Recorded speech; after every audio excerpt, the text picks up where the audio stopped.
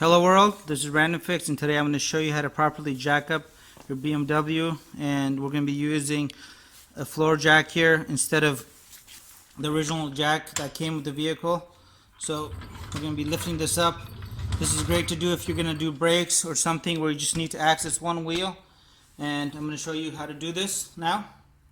Alright, to find the jack pad on your vehicle, look for the little arrow here on the lower body trim. And underneath there is going to be this guy right here. This is called a jack pad. They often break and sometimes they're missing them, and I've seen this a lot of times. And what this little adapter does, it goes ahead and fits right in here just like that.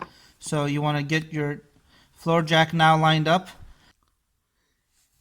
You want to get this in the center of your floor jack cup, and depending on your floor jack cup design, you want to make sure that the teeth aren't too close and it's not going to be touching any other trim or body panels here, and I'm going to show you that in a second.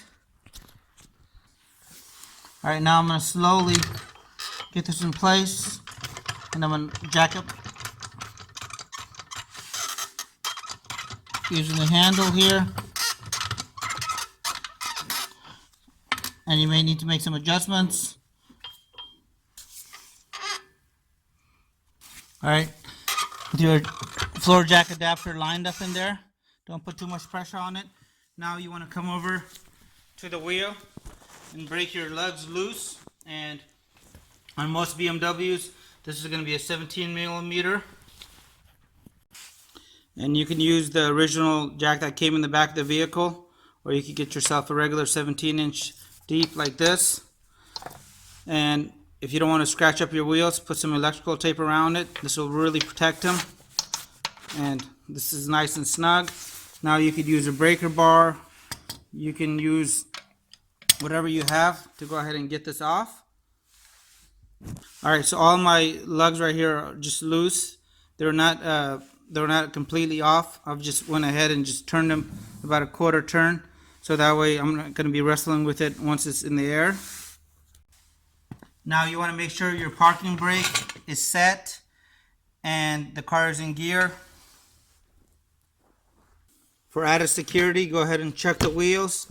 This is going to be a rear wheel drive, so I went ahead and checked both of the front wheels, and the back wheels are normally going to be locked by the parking brake as well as the gear itself. And remember, if you're going to be doing the rear brakes, make sure you disengage that parking brake before you go try to service those. If not, you'll not be able to do it. Now I can come over here and I can slowly jack up the vehicle.